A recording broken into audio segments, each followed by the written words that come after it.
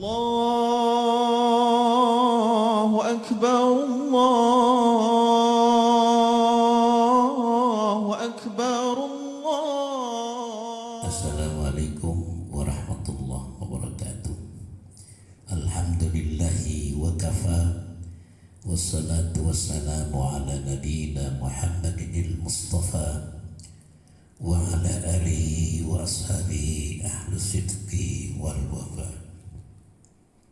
Pada kesempatan ini saya akan menyampaikan topik yang khusus membahas masalah salat Idul Fitri dan Idul Adha.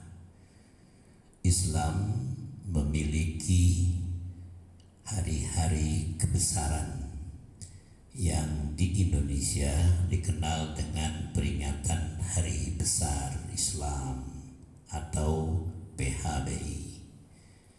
Dan insya Allah di antara hari-hari besar itu Hari Idul Fitri dan Hari Idul Adha, di samping ada hari-hari yang lain seperti Isra dan Mi'raj, serta peringatan Nuzulul Quran.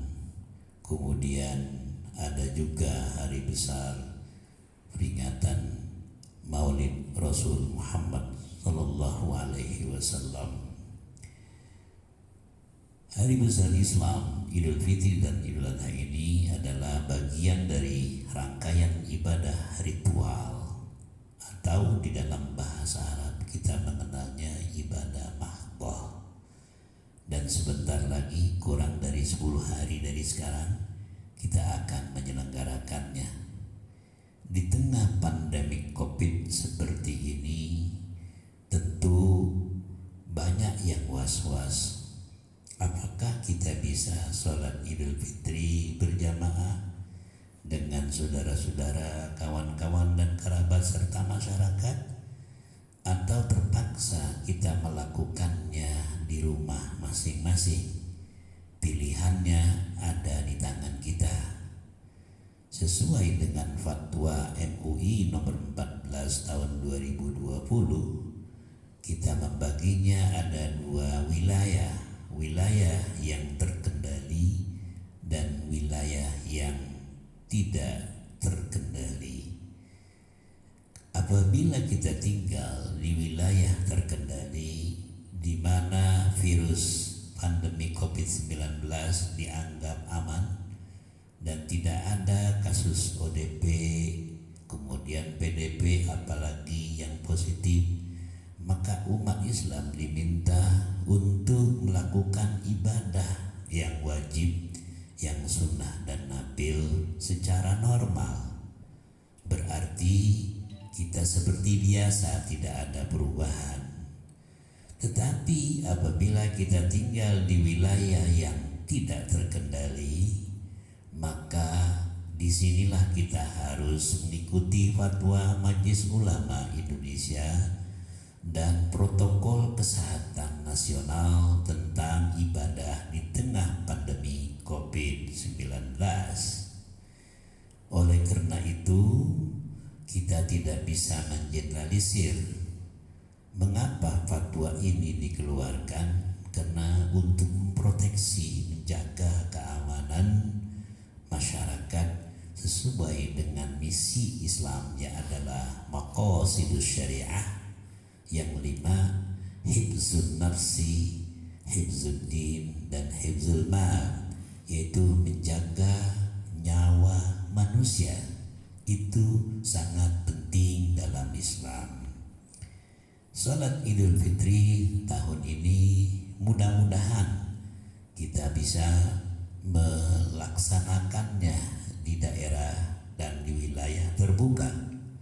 Tetapi apabila karena kita tinggal di wilayah yang tidak terkendali, maka dengan terpaksa kita melakukannya di rumah masing-masing.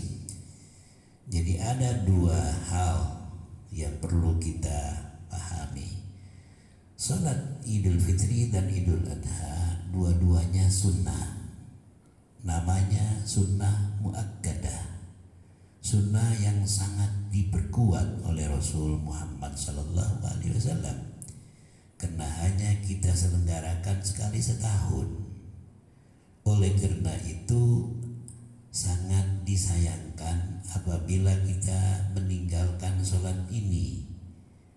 Bagaimanapun ada kesan kita akan kehilangan, missing something very crucial and important one. Nah, untuk sholat Idul Fitri ini ada tata krama dan aturannya. Pertama, kita harus mandi dulu, mandi bersih-bersih badan. Mandi itu mandi yang sunnah. Mandinya boleh setelah sholat subuh atau fajar. Yang penting kita harus membersihkan diri.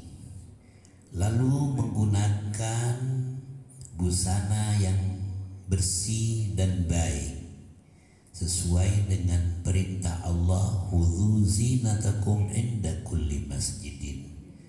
Berbusanalah yang terbaik apabila kamu ingin pergi ke masjid. Mengapa?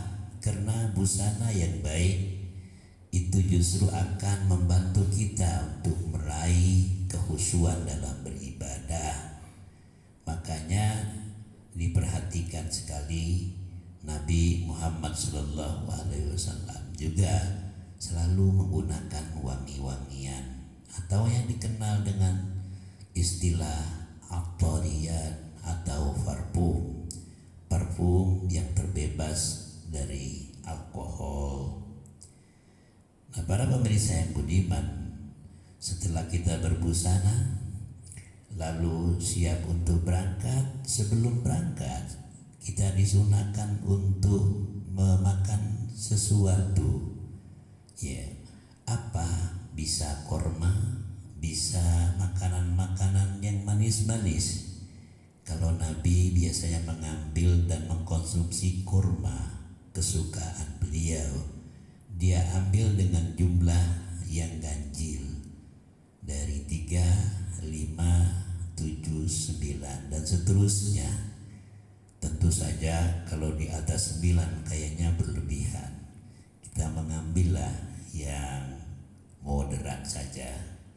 Setelah siap kita memakan, lalu kita berangkat untuk menuju lokasi ibadah.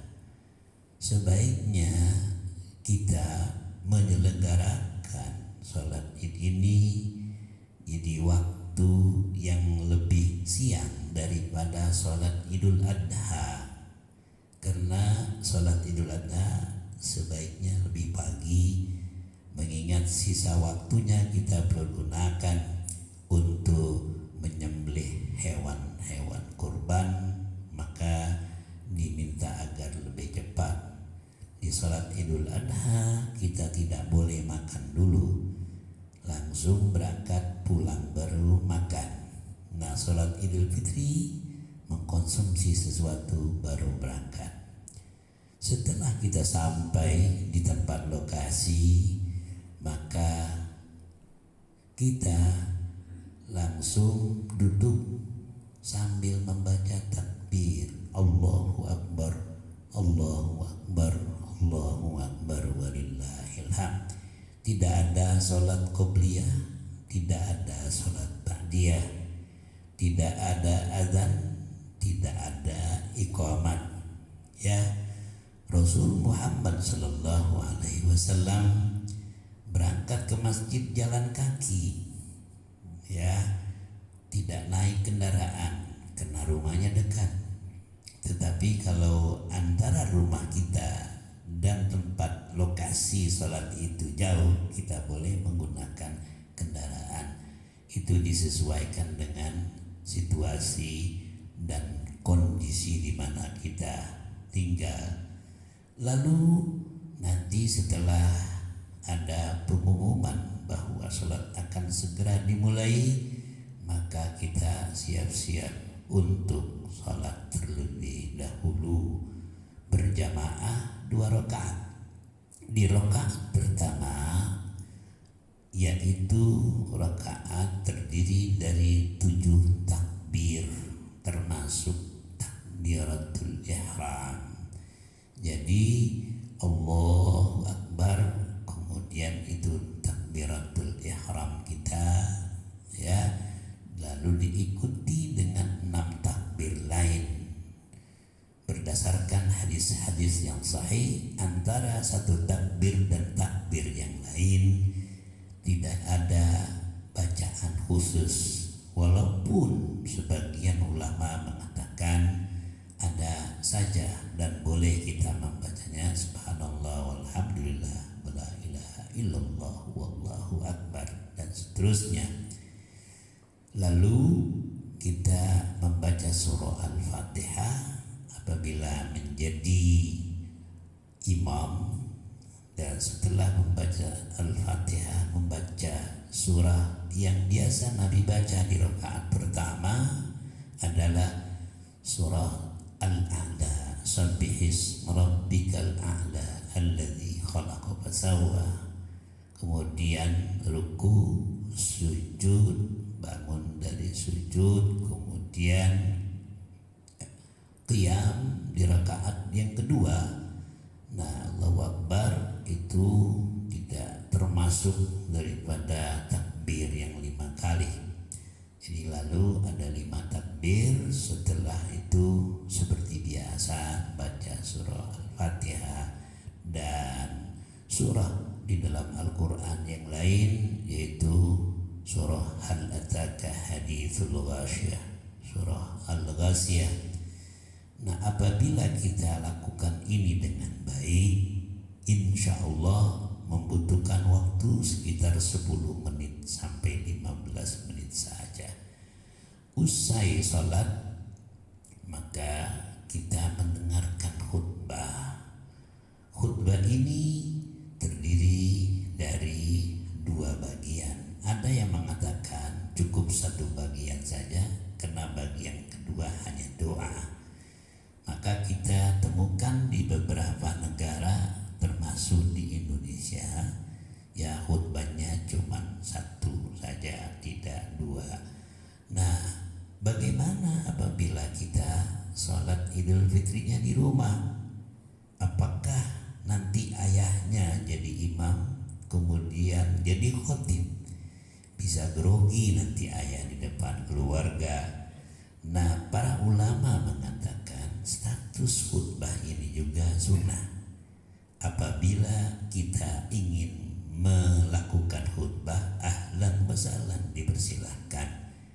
Tetapi apabila kita punya kendala lain, tidak cakap untuk menjadi khotib dan ragu atas kemampuan kita, maka kita juga diperbolehkan untuk tidak berkhutbah. Nah, khutbah juga ada rukunnya, antara lain kita mengucapkan hamdalah, membaca salawat kepada Nabi Muhammad SAW, memberikan nasihat kepada jamaah kita. Siapa jamaah itu? Jamaah itu adalah mereka yang ikut sholat Idul Fitri. Mereka itu terdiri dari pasangan kita, keluarga kita, cucu kita, dan juga Rasul Muhammad SAW menghimbau kepada semua wanita, sekalipun wanita yang sedang haid dan nifas, mereka dihimbau untuk ikut sholat berjamaah, ikut sholat Idul Fitri bersama-sama di lapangan terbuka. Para pemirsa yang berbahagia, bagaimana kalau kita saat ini ingin melakukan Idul Fitri di pandemi COVID-19? Kalau memang kita ingin menyelenggarakannya di ruang terbuka, ikutilah protokol kesehatan dengan adanya physical distancing, dan kalau bisa khotibnya di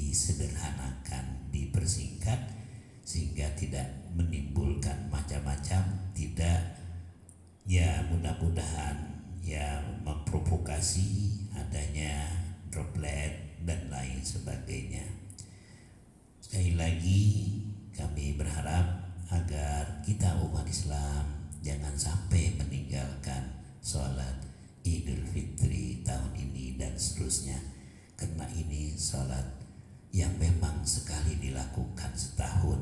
Jadi tidak aneh banyak sekali umat Islam yang mungkin sholat fardunya jarang, kadang-kadang 2 kali 1 hari, kadang 3 kali, tapi untuk sholat Idul Fitri mereka seakan-akan yaitu wajib dan fardu.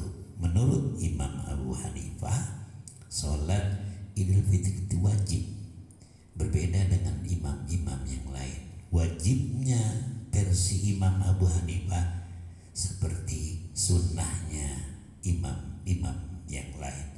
Semoga Allah Subhanahu wa Ta'ala menyampaikan umur kita kepada hari Idul Fitri 1 Syawal 1441 Hijriah. Semoga kebahagiaan, semoga ampunan, keberkahan, keharmonisan selalu menyertai kita sekalian. Terima kasih. Assalamualaikum warahmatullahi wabarakatuh. الله